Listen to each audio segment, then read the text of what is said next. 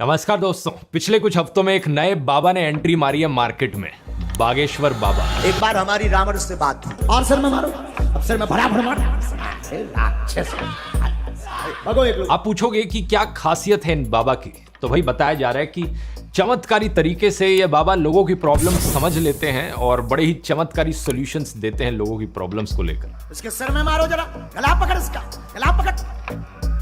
लेकिन इतना काफी नहीं है, इसके ऊपर थोड़ा हिंदू मुस्लिम छिड़क दो तो न्यूज वाले आज के दिन वैसे ही आपको पॉपुलर बना देंगे। सैटायरिस्ट रॉफल गांधी ने इस पर एक मजेदार बात कही, बागेश्वर बाबा वाला पाखंड तो ईसाई मिशनरी और झाड़ फूक वाले मौलवी भी करते हैं, तो फिर बागेश्वर बाबा का विरोध क्यों?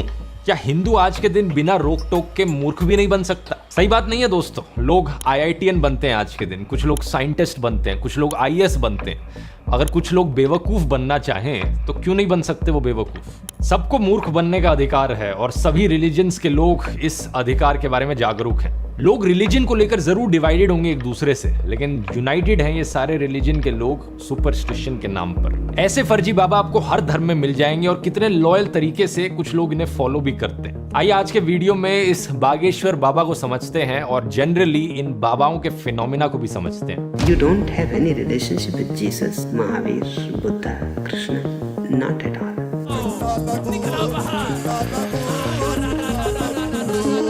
They teach you to love Jesus. Why?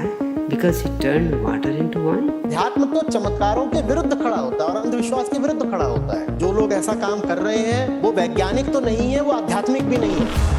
तो बागेश्वर बाबा से शुरुआत करें तो इसके पीछे जो इंसान है वो है धीरेंद्र शास्त्री। मध्य प्रदेश के गांव से आता है, वहां पर एक आश्रम भी चलाता है जिसका नाम है बागेश्वर धाम। दैनिक जागरण की रिपोर्ट के अकॉर्डिंग इसका असली नाम एक्चुअली में है धीरेंद्र कृष्णा गर्ग और इसकी उम्र सिर्फ 26 साल, यानी एज में ये मुझसे भी छोटा है। इमेजिन करके देखो, 26 साल का लड़का यहाँ पर एक बाबा बन गया। कहीं ऐसा ना हो कि आने वाले सालों में हमें देखने को मिले कि 15-16 साल के लड़के भी स्कूल से ड्रॉप आउट करके बाबा बनने की सोच रहे हो। लेकिन एनीवेज, धीरेंद्र की बात करें तो ये पहली बार खबरों में आया अपने कम्युनल भड़काऊ भाषण की वजह से। पिछले साल अप्रैल की बात है, मध्य प्रदेश में सागर में प्रवचन चल रहा था इसका और इसने कहा सब हिंदुओं एक हो जाओ और पत्थर फेंकने वालों के घरों पर बुलडोजर चलवाओ। निवेदन है सब हिंदू एक हो जाओ और पत्थर मारने वालों के घर पर बुलडोजर चलवाओ। बड़ा ही ऑब्वियस पॉलिटिकल रेफरेंस जो उत्तर प्रदेश में किया जा रहा है, इस पर मैंने एक अलग से वीडियो भी बनाया था। लेकिन इसके बाद इसने कहा सब अपने हाथ में हथियार उठा लो, मतलब सब हथियार उठा लेंगे अपने हाथों में तो पुलिस क्या करेगी? पुलिस की अपनी जॉब छोड़ दे और बाबा बनने बैठ जाए। लॉयर्स और जजेस और लॉ एंड ऑर्डर का क्या? आयरो जग जाओ, अब सब हिंदू अपने हाथ में हथियार उठा लो और कह दो हम सब हिंदू एक हैं। बड़ी ही ऑब्वियस बात है कि ये कम्युनल भड़काऊ भाषण था, पब्लिक पीस को डिस्टर्ब करने की कोशिश थी। लेकिन जैसा कि हम जानते हैं हमारे देश में लॉ एंड ऑर्डर की क्या हालत है, कोई अरेस्ट नहीं किया गया। कुछ दिन बाद धीरेंद्र कहता है कि मैं बाबा नहीं ढाबा हूं, ऐसी गलती बार बार करता रहूंगा। अब उन्हें पता ही नहीं कि हम बाबा हैं ही नहीं, हम तो ढाबा हैं। अब मानो लॉ एंड ऑर्डर का अपमान करना काफी नहीं था, धीरेंद्र अगली बार फिर से खबर में आता है एलिजिडली अनटचेबिलिटी प्रैक्टिस करने के लिए। इस वीडियो को देखिए जहां पर इसके डिवोटीज इसके पैरों पर गिर जाते हैं और ये अपने पैर आगे करता है इसके लिए। चले पल्लू मैं बाहर में और पल्लू एक में। अब ये तो चलो फिर भी आम बात है, लेकिन एक और केस में जहां पर एक और बंदा इसके पैरों पर गिरने आया तो इसका रिएक्शन कुछ अलग था। बस छूना नहीं है, मैं अछूत आदमी है ना छू। अब अगर इसके रीसेंट एपिसोड पर आए तो हाल ही में धीरेंद्र नागपुर आया था राम कथा के लिए और यहां पर इसने वही किया जो ये नॉर्मली करता है, लोगों के दिमाग को पढ़ना, माइंड रीड करना और अपने बड़े ही चमत्कारी सॉल्यूशंस प्रोवाइड करना लोगों की प्रॉब्लम्स के। यहां पर हमारी कहानी में एंट्री होती है श्याम मानव की। श्याम मानव नेशनल कन्वेनर है महाराष्ट्र अंधश्रद्धा निर्मूलन समिति के। ये एक ऑर्गेनाइजेशन है जिसे 1980s में नरेंद्र दाभोलकर के द्वारा फाउंड किया गया था। जैसा कि आप इसका नाम सुनकर ही समझ सकते हो, इस ऑर्गेनाइजेशन का पर्पस था अंधविश्वास और सुपरस्टिशन के अगेंस्ट फाइट करना। लेकिन अगस्त 2013 में अनफॉर्चुनेटली क्या होता है कि नरेंद्र दाभोलकर की गोली मारकर हत्या कर दी जाती है। पुणे में ये मॉर्निंग वॉक पर निकले थे एक दिन। ऑब्वियसली इसके पीछे कट्टर लोग रिस्पॉन्सिबल होते हैं, लेकिन अच्छी चीज ये होती है कि 4 महीने बाद दिसंबर 2013 में महाराष्ट्र में एक लॉ पास किया जाता है ह्यूमन सैक्रिफाइस, सुपरस्टिशन और ब्लैक मैजिक के अगेंस्ट। ये इस ऑर्गेनाइजेशन के लिए एक बहुत बड़ी जीत थी, क्योंकि सालों से ये कैंपेनिंग चल रही थी सुपरस्टिशन और ब्लैक मैजिक के खिलाफ एक कानून बनाया जाए। नरेंद्र दाभोलकर के बाद इस काम को आगे कंटिन्यू रखते हैं श्याम मानव।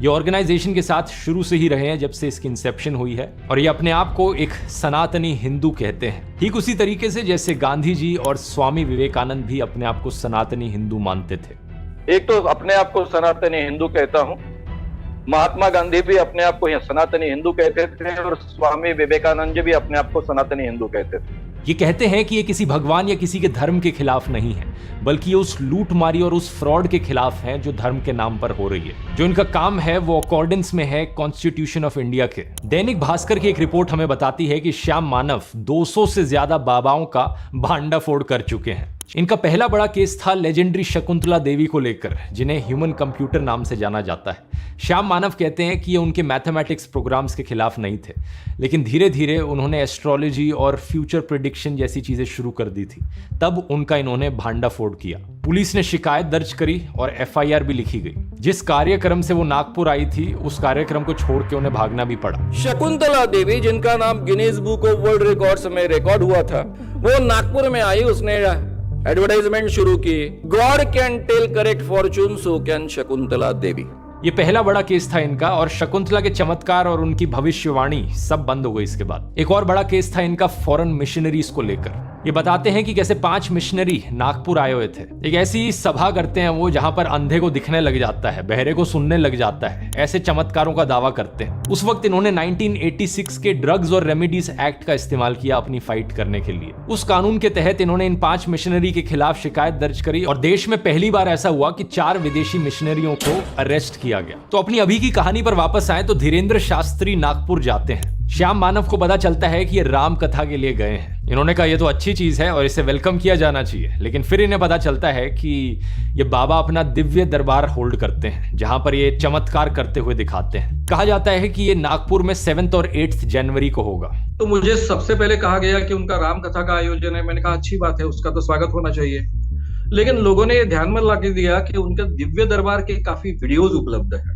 इसलिए मैंने उसके तरफ ध्यान दिया। मेरी बड़ी टीम है, उन टीम को मैंने भिड़ा दिया। 40-50 वीडियोज उन्होंने खंगाले और उनके ध्यान में आया कि इसमें काफी कानूनन उल्लंघन होता है। इस चीज को लेकर ये पुलिस को इन्फॉर्म करते हैं, उन्हें प्रूफ देते हैं और पुलिस को कहते हैं कि प्लीज एक्शन लो इस चीज को लेकर, लेकिन पुलिस कोई एक्शन नहीं लेती। बाद में एक्चुअली में नागपुर की पुलिस बाबा को क्लीन चिट भी दे देती है, ये कहते हुए कि इन्होंने सारे एविडेंस को एग्जामिन कर लिया है और इन्हें कुछ भी ऐसा नहीं मिला जो ब्लैक मैजिक एक्ट के अगेंस्ट हो।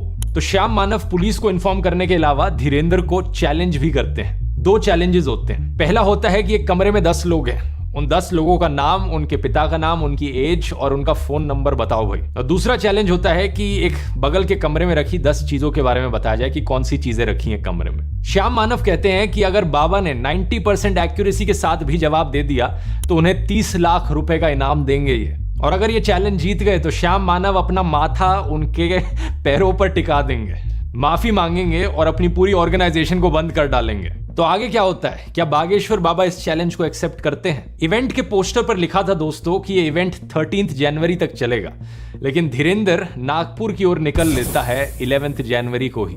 श्याम मानव इसे भगोड़ा करके पुकारते हैं कि चैलेंज एक्सेप्ट नहीं कर पाया इसलिए ये निकल लिया। कुछ हिंदुत्व ऑर्गेनाइजेशंस को इससे बड़ी तकलीफ हो जाती है और वो श्याम मानव का पुतला जलाने लगते हैं। इसके बाद एक्चुअली में श्याम मानव को डेथ थ्रेट्स भी दिए जाते हैं कि नरेंद्र दाभोलकर के साथ जो हमने किया था वो तुम्हारे साथ भी करेंगे, अनदर नरेंद्र दाभोलकर। फॉर्चुनेटली तब से उन्हें सिक्योरिटी कवर जरूर दे दिया गया है। धीरेन्द्र शास्त्री के डिफेंस में उसका कजन लोकेश गर्ग आता है जो कहता है कि उसे भी डेथ थ्रेट्स मिले हैं। धीरेन्द्र शास्त्री की परिवार सहित 13वीं की तैयारी कर लो। बागेश्वर धाम को भी सिक्योरिटी दी जाती है, लेकिन चैलेंज का क्या? धीरेन्द्र अपने रिस्पॉन्स में कहता है कि वो भागा नहीं, राम कथा जो थी वो 11 जनवरी तक ही चलनी थी और अगर श्याम मानव को चैलेंज देना है तो वो रायपुर में आकर चैलेंज दे दे।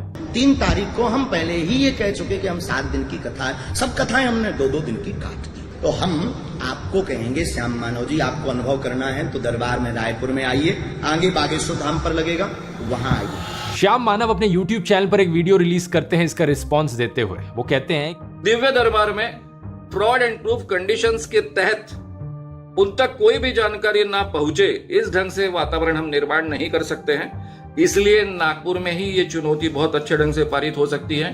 इसके पीछे दो कारण हैं। महाराष्ट्र में जिस ढंग की पुलिस यंत्रणा काम करती है, जिस ढंग की लॉ एंड ऑर्डर सिचुएशन है, उसके कारण नंबर 1। दूसरी चीज उन्होंने ये कही कि महाराष्ट्र के home minister Devendra Fadnavis actually में बाबा के प्रोग्राम में गए थे, तो बाबा के और होम मिनिस्टर जी के बड़े अच्छे रिलेशन है पहले से। तो नागपुर में अगर चैलेंज किया जाता है, ना ही बाबा की साइड से ना ही श्याम मानव की साइड से कोई भी गड़बड़ हो सकती है। क्या लगता है आपको दोस्तों? देखो, मुझे तो लगता है कि धीरेन्द्र बाबा को चैलेंज एक्सेप्ट कर लेना चाहिए। बागेश्वर बाबा जैसे इंसान को छोटी मोटी चीजों के बारे में नहीं सोचना चाहिए। नागपुर हो, रायपुर हो, क्या फर्क पड़ रहा है। बागेश्वर बाबा के हजारों फॉलोअर्स इस इमेजिनेशन में जी रहे हैं कि श्याम मानव कैसे अपना माथा बाबा के चरणों में टेकेंगे। इसी बीच दोस्तों, शंकराचार्य स्वामी अविमुक्तेश्वरानंद ने एक बड़ी इंटरेस्टिंग स्टेटमेंट दी। इन्होंने कहा कि चमत्कार दिखाने वाले जोशीमठ आकर घिसटती हुई जमीन को रोक कर दिखाएं। इन्होंने ये भी कहा कि कोई ऐसा चमत्कारी पुरुष है तो धर्मांतरण रोक दे, लोगों की आत्महत्या रोक दे, लोगों के घरों में झगड़े हो रहे हैं, फसाद हो रहे हैं, उन्हें रोक दे। ऐसा कोई भी जनता और राष्ट्र के लिए उपयोगी चमत्कार करके दिखाए, तभी हम उसे एक चमत्कारी पुरुष कह सकते हैं। मेरी तरफ से कुछ और सजेशंस धीरेन्द्र के लिए। मुझे लगता है इन्हें रॉ ज्वाइन कर लेनी चाहिए। अलग अलग देशों की सीक्रेट इंफॉर्मेशन पता करने में बहुत मदद मिलेगी। ये पुलिस की मदद कर सकते हैं चोर डकैतियों को पकड़ने में। इनफैक्ट इन्होंने तो ये भी क्लेम किया है कि ये कैंसर को भी क्योर कर सकते हैं अपनी दवाइयों और आशीर्वाद के द्वारा। कैंसर रोग है, दूसरे स्टेज का है, हम एक विधि कर दें अभी, कैंसर की दवाई धाम पे मिल है, ठीक हो जाएगा, आशीर्वाद। माँ बीमार है 3 साल से, दर्द कैंसर नामक रोग बना हुआ, ओमवती को कृपा हो जाएगी, आशीर्वाद है। ये अखंड ज्योति जलाएं, 50 ग्राम देसी गाय के गौमूत्र में 2 खड़ी हल्दी की गांठ पीस करके मिला करके रोगी को पिलाएं, लाभ 100% होगा, आशीर्वाद। मुझे ये बात समझ में नहीं आती भाई, किस बात का इंतजार है? हमारी देश की सरकार क्या कर रही है? क्यों हॉस्पिटलों में टाइम वेस्ट किया जा रहा है? इन बाबा को जल्दी से लाया जाए, इनसे क्योर सीखा जाए कैंसर का और सब में बांट दिया जाए। इतने सारे पेशेंट्स हैं इंडिया में। लेकिन ये सब होगा नहीं दोस्तों, क्योंकि ये एक बहुत बड़ा फ्रॉड है। जेम्स रैंडी दुनिया के मोस्ट फेमस मैजिशियंस में से हैं। धीरेन्द्र की छोटी मोटी ट्रिक्स कुछ भी नहीं है जेम्स रैंडी के सामने। लेकिन फर्क ये है कि जेम्स अपनी ट्रिक्स का इस्तेमाल करते थे लोगों को एंटरटेन करने के लिए, और धीरेन्द्र अपनी ट्रिक्स का इस्तेमाल करता है लोगों को बेवकूफ बनाने के लिए और एक कल्ट फॉर्म करने के लिए। जेम्स रैंडी ने एक जेम्स रैंडी फाउंडेशन की स्थापना करी साइंटिफिक टेम्परामेंट को प्रमोट करने के लिए। इसमें उन्होंने अपना एक $1 मिलियन पैरानॉर्मल चैलेंज निकाला। चैलेंज बड़ा सिंपल था। दुनिया में कोई भी इंसान जेम्स रैंडी को प्रूफ दिखा दे सुपर नेचुरल चीजों का, पैरानॉर्मल चीजों का, ये भूत प्रेत जैसी चीजें, और उस इंसान को $1 मिलियन का इनाम मिल जाएगा। लेकिन आज तक कोई इस चैलेंज को नहीं कर पाया है। इस चीज को डिटेल में मैंने भूतों वाले वीडियो में भी एक्सप्लेन किया था, गोश्ट्स के ऊपर जो मैंने वीडियो बनाया था। नहीं देखा है उसका लिंक मैं नीचे डिस्क्रिप्शन में डाल दूंगा। हैरानी की बात यह है कि इसके बावजूद भी दुनिया भर में लोग एस्ट्रोलॉजर्स और चमत्कारी बाबाओं से बड़े आकर्षिद होते रहते हैं। कहीं हमें एक बाबा देखने को मिलता है जो हवा से सोने की चेन निकाल देता है, कोई बाबा पानी का पेट्रोल बना देता है। सुपरस्टिशन तो चलो फिर भी कुछ हद तक एक हार्मलेस चीज हुई या सेल्फ हार्मिंग चीज हुई, लेकिन बहुत से बाबाओं को पाया गया है कि कितने क्राइम्स में इन्वॉल्व होते हैं। कहीं पर murder, sexual harassment, tax evasion, kidnapping, human trafficking. 2017 में जो हिंदू साधुस की सबसे टॉप बॉडी है अखिल भारतीय अखाड़ा परिषद, उन्होंने 14 फेक बाबाओं की लिस्ट भी जारी करी थी। इस परिषद के प्रेसिडेंट ने यह भी कहा था कि लोग ऐसे पाखंडियों से चौकन्ने रहें, ये साधुओं का नाम बदनाम करते हैं। इस लिस्ट में कई बड़े नाम थे, आसाराम, राधे मां, निर्मल बाबा, गुरमीत सिंह, नारायण साई। इसके अलावा कई और बाबा हैं जो क्राइम्स में इन्वॉल्व होते हुए पाए गए हैं। नित्यानंद, मिर्ची बाबा, जलेबी बाबा, प्रेमानंद, चंद्र स्वामी, अमित चैतन्य। और जैसा मैंने आपको वीडियो के शुरू में बताया था, ये कोई ऐसी प्रॉब्लम नहीं है जो सिर्फ एक धर्म में ज्यादा देखी जा रही। मुस्लिम फेक बाबाज भी आपको देखने को मिलेंगे। शेख अब्दुल रहीम, अकमल राजा, हकीम बाबा, आसिफ नूरी। अकमल रजा ने एक औरत को कहा कि अगर अपने हस्बैंड की बीमारी को क्योर करना चाहते हो तो अपनी बेटी को लाकर मुझे सौंप दो। दीनू मोहम्मद एक तांत्रिक सिमिलर चीजें कर रहा था। ऐसे ही दोस्तों कई क्रिश्चियन बाबाज भी मिलेंगे आपको। केरला में एक भयानक केस देखा गया जहां पर एक औरत को ब्लैकमेल किया गया उसका कन्फेशन सीक्रेट का इस्तेमाल करके। आमतौर पर आप किसी चर्च में जाते हो तो अक्सर आप अपने कन्फेशंस बताते हो वहां मौजूद प्रीस्ट को। तो जो औरत ने बताया इसे, उसको उसी का इस्तेमाल करके ब्लैकमेल कर दिया। फिर इस औरत का एडवांटेज लिया इन्होंने। इसके बाद कुछ ऐसे भी क्रिश्चियन बाबा हैं जो अपने आप को बताते हैं कि ये कितने मिराकुलस क्योर्स करने लग रहे हैं। एक बजिंदर सिंह जिसके 20 लाख से ज्यादा सब्सक्राइबर्स हैं यूट्यूब पर। बागेश्वर बाबा की तरह ये भी नाम बताता है, इविल स्पिरिट्स को हटाता है और लोगों की जो डिसेबिलिटीज है उन्हें क्योर कर देता है। कब से प्रॉब्लम है ये? एक साल हो गए। 1 साल से। देख मेरे हाथों की तरफ देख और विश्वास कर, उठ, कोशिश कर, शाबाश, चल शाबाश। तोड़ेंगे तोड़ेंगे लंगड़े भी तोड़ेंगे तोड़ेंगे तोड़ेंगे। आओ शाबाश शाबाश। देखो देखो देखो लड़का हाँ पकड़ इसका हालेलुया। चल चल चल चल शाबाश कर चल चल कैमरामैन जूम करो जूम दौड़ेंगे दौड़ेंगे भी दौड़ेंगे। लिरिक्स देखे आपने वीडियो के, दौड़ेंगे दौड़ेंगे लंगड़े भी दौड़ेंगे, मतलब किस टाइप के लिरिक्स हुए ये। इन फर्जी क्रिश्चियन बाबाओं पर एक फिल्म भी बनाई गई है, ट्रांस, जिसे डायरेक्ट किया था अनवर रशीद ने। बड़ी ही मास्टरपीस फिल्म है, अगर आपने नहीं देखी तो जाके देखना। इन सारे फर्जी बाबाओं की बात करते हुए हमें इंग्लिश स्पीकिंग फर्जी बाबाओं के बारे में भी नहीं भूलना चाहिए, क्योंकि कुछ एजुकेटेड लोगों को लगता है कि बाबा के मुंह से अगर इंग्लिश निकलेगी तो बाबा बड़ा क्रेडिबल बन जाएगा, बाबा की बातों में ज्यादा सच होगा। एक ऐसा ही बाबा कहता है कि एक्लिप्स के दौरान खाना मत खाओ, जल्दी बासी हो जाता है। एक और पॉइंट ऑफ टाइम पे ये भी कहता है कि पानी को गुस्से से देखा और वो पानी पी लिया तो बीमार हो जाओगे। एक वीडियो में कहा कि मरने के बाद 11 दिन के बाद तक नाखून और बाल बढ़ते रहते हैं। और कमाल की बात यह है कि ऐसे फर्जी बाबाओं को IITs में भी इन्वाइट किया जाता है लेक्चर देने के लिए। इसी से ही देखकर आप समझ सकते हो कि इंडिया में साइंटिफिक टेम्परामेंट की कितनी कमी है।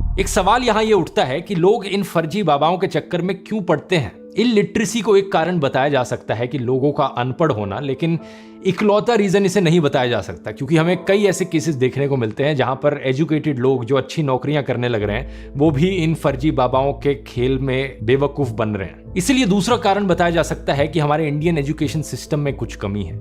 लोगों की क्रिटिकल थिंकिंग पर फोकस नहीं किया जाता, सिर्फ रट्टा मारने पर फोकस किया जाता है। यही कारण है कि आज के दिन हमें यूट्यूब इन्फ्लुएंसर्स भी ऐसे देखने को मिलते हैं जो IIT ग्रेजुएट्स हैं, लेकिन कहते हैं कि हवन से एयर प्यूरिफाई हो जाती है। मतलब कंबशन के बेसिक लॉज को केमिस्ट्री में स्कूल में पढ़ तो लिया, एग्जाम में लिख भी आए, उसे अच्छे से पास भी कर लिया, लेकिन उनकी कोई अंडरस्टैंडिंग नहीं ली। तीसरा कारण है फेथ का मतलब कि बस यकीन करो किसी चीज में, ज्यादा सोचने की जरूरत नहीं, कोई सवाल करने की जरूरत नहीं, कोई डाउट करने की जरूरत नहीं, बस बिलीव करो। लोग यकीन करते हैं क्योंकि वो यकीन करना चाहते हैं। और अक्सर ये फर्जी बाबा लोगों की कमजोर इमोशनल स्टेट और लोगों की जिंदगी में चल रही प्रॉब्लम्स का फायदा उठाते हैं। लोग अपनी जिंदगी में फ्रस्ट्रेटेड हैं, कोई सोल्यूशन नहीं मिल रहा है उन्हें। आमतौर पर जो मेंटल प्रॉब्लम्स होती हैं उनके लिए एक थेरेपिस्ट के पास जाया जाता है या साइकोलॉजिस्ट के पास जाया जाता है, ज्यादातर डेवलप्ड देशों में। लेकिन इंडिया में ये कल्चर इतना फैला नहीं है अभी। लोगों के पास कोई होता नहीं जिसके पास वो अपनी प्रॉब्लम्स लेकर जा सकें, और इसलिए वो इन फर्जी बाबाओं के पास जाते हैं। मेंटलिस्ट करण सिंह मैजिक और सुहानी शाह भी एग्जैक्टली यही काम करते हैं जो ये फर्जी बाबा करते हैं, लोगों के माइंड रीड करना। लेकिन फर्क ये है, ये एंटरटेनमेंट के तौर पर करते हैं। ये नहीं कहते कि हम आपकी प्रॉब्लम्स का क्योर दे देंगे। इस चीज की डिटेल में बात मैंने करण सिंह के साथ जो वीडियो बनाया था उसमें करी थी, आप खुद जाकर देख सकते हैं एग्जैक्टली कैसी ट्रिक्स का इस्तेमाल किया जा रहा है माइंड रीड करने के लिए। करण सिंह ने मेरा भी माइंड रीड किया था और सही में कमाल की टेक्निक्स हैं, लेकिन ये सिर्फ ट्रिक्स हैं। लिंक नीचे डिस्क्रिप्शन में डाल दूंगा इसका। अच्छा, यहां पर यह भी कहना जरूरी है कि जो बाबाओं का कॉन्सेप्ट है इनहेरेंटली उसमें कुछ गलत नहीं है, ये एक बड़ा ही अच्छा कॉन्सेप्ट है। कुछ ऐसे लोग जो स्क्रिप्चर्स को पढ़ते हैं उन्हें जिंदगी के बारे में स्पिरिचुअल अंडरस्टैंडिंग मिलती है और वो एक लाइफ कोच की तरह काम करते हैं, एक पर्सनल काउंसलर की तरह काम करते हैं। ये पुराने जमाने में बहुत होता था और तब कोई फीस चार्ज नहीं करी जाती थी। ये एक सेल्फलेस सर्विस होती थी जो असली बाबा देते थे। हिंदू भिक्षु, बौद्ध भिक्षु, जैन भिक्षु, मुस्लिम फकीर, इतिहास में हमने कई ऐसे लोग देखे।